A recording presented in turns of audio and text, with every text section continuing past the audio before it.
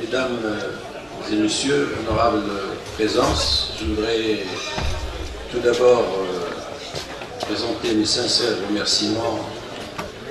au président de l'Union africaine de la mutualité pour m'avoir convié à cet important carrefour international de la mutualité pour parler d'une thématique qui relève certes de l'économie sociale et solidaire, mais plus particulièrement sa composante qui produit de la richesse au sens économique du terme,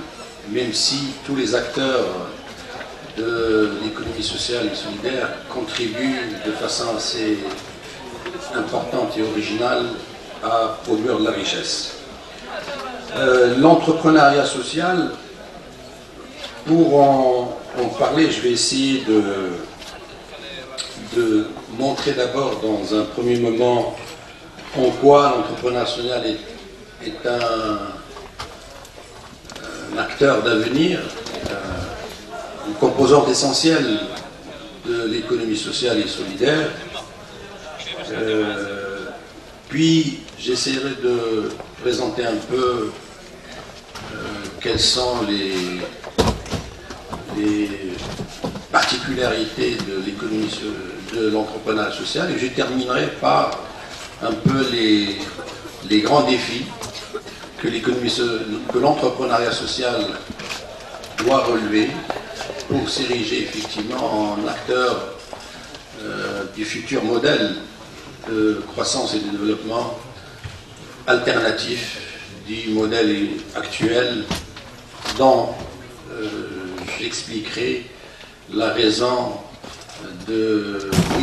ses insuffisances et de ses limites objectives. Alors l'importance de l'entrepreneuriat social, à mon avis, tire sa raison d'être de deux réalités, un constat majeur et un contexte nouveau. Alors en quoi consiste ce constat majeur? Ce constat réside dans les limites structurelles grandissantes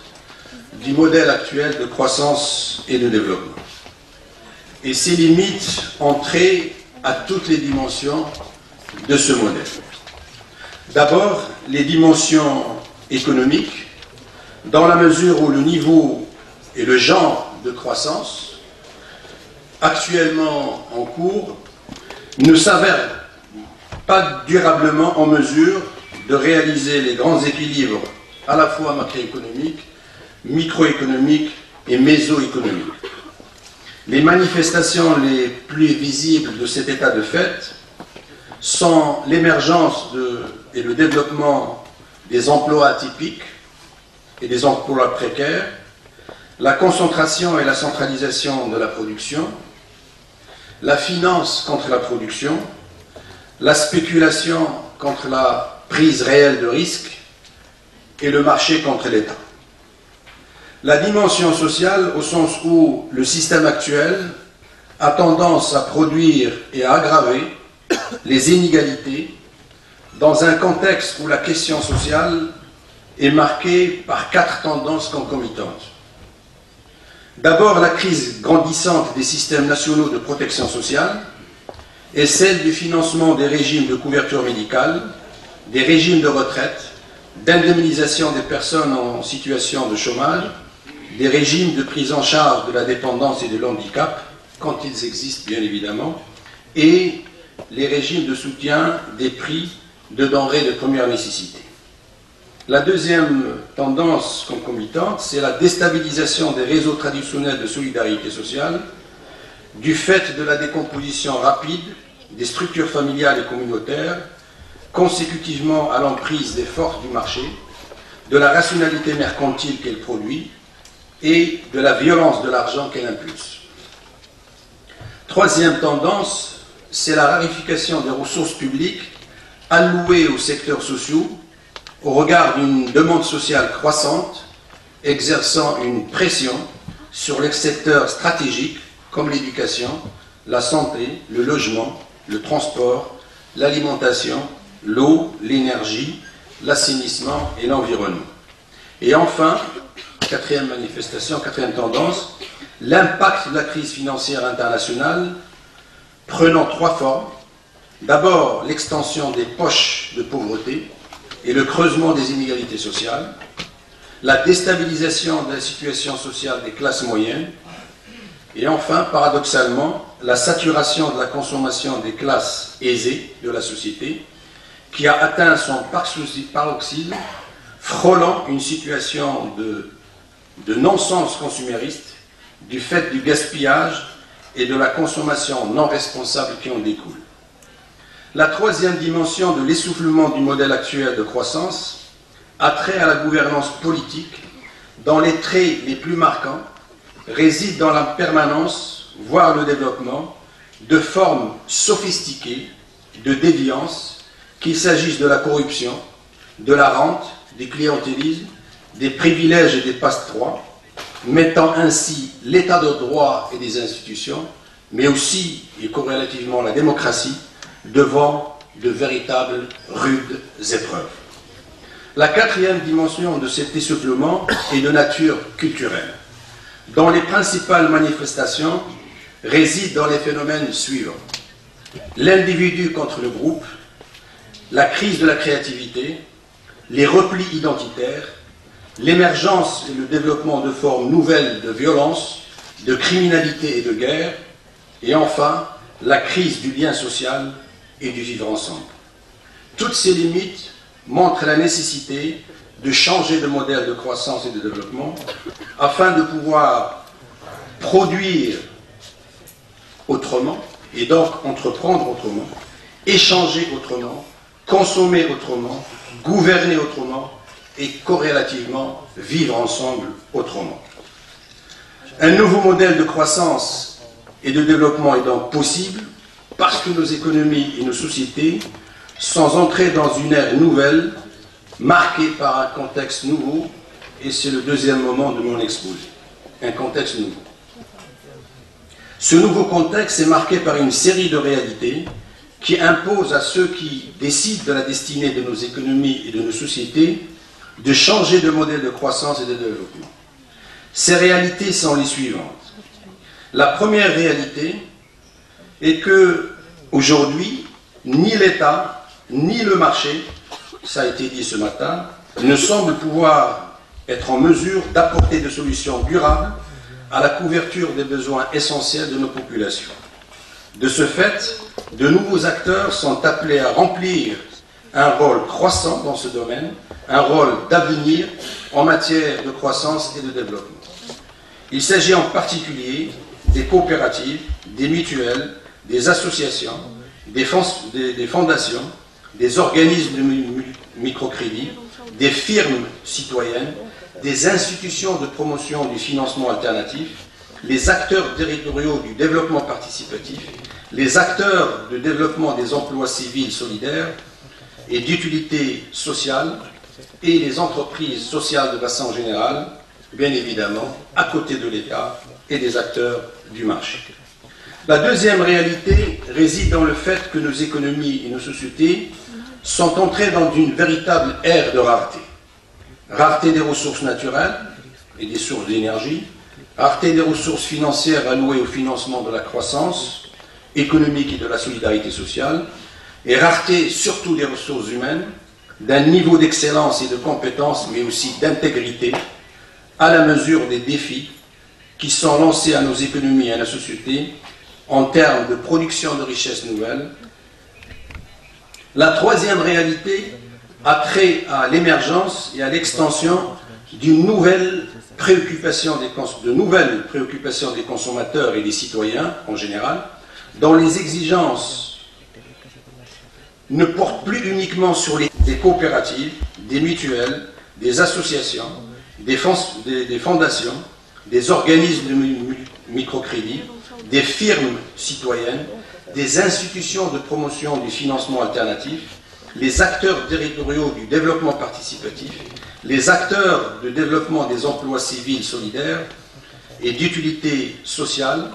et les entreprises sociales de façon générale, bien évidemment, à côté de l'État et des acteurs du marché.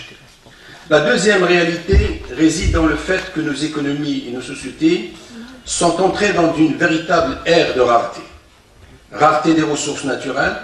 et des sources d'énergie, rareté des ressources financières allouées au financement de la croissance économique et de la solidarité sociale, et rareté surtout des ressources humaines, d'un niveau d'excellence et de compétence, mais aussi d'intégrité, à la mesure des défis qui sont lancés à nos économies et à la société en termes de production de richesses nouvelles. La troisième réalité a trait à l'émergence et à l'extension d'une nouvelle préoccupation des consommateurs et des citoyens en général, dont les exigences ne portent plus uniquement sur les quantités des biens et des services nécessaires à la couverture de leurs besoins, ou sur le prix de ces biens et services, mais aussi et surtout, et de plus en plus, sur leur qualité en termes nutritionnels et de respect des normes sanitaires, mais aussi en termes de durabilité, c'est-à-dire de leur degré à respecter les normes environnementales. Cette réalité impose à son tour à nos économies, à nos entreprises et par extension à nos sociétés de produire autrement. L'entrepreneuriat social offre là également des possibilités importantes pour produire des inflexions majeures à tous ces niveaux.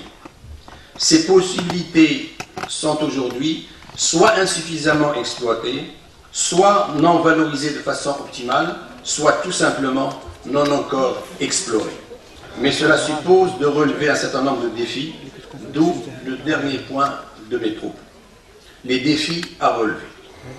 La promotion de l'entrepreneuriat social suppose de relever trois défis. Le défi de la connaissance, le défi de la gouvernance et un défi que je qualifie de stratégie. Le défi de la connaissance. En effet, l'entrepreneuriat social semble souffrir d'un réel déficit de connaissance de l'ensemble des dimensions relatives à sa place présente et future dans notre économie, aux indicateurs les plus pertinents le concernant,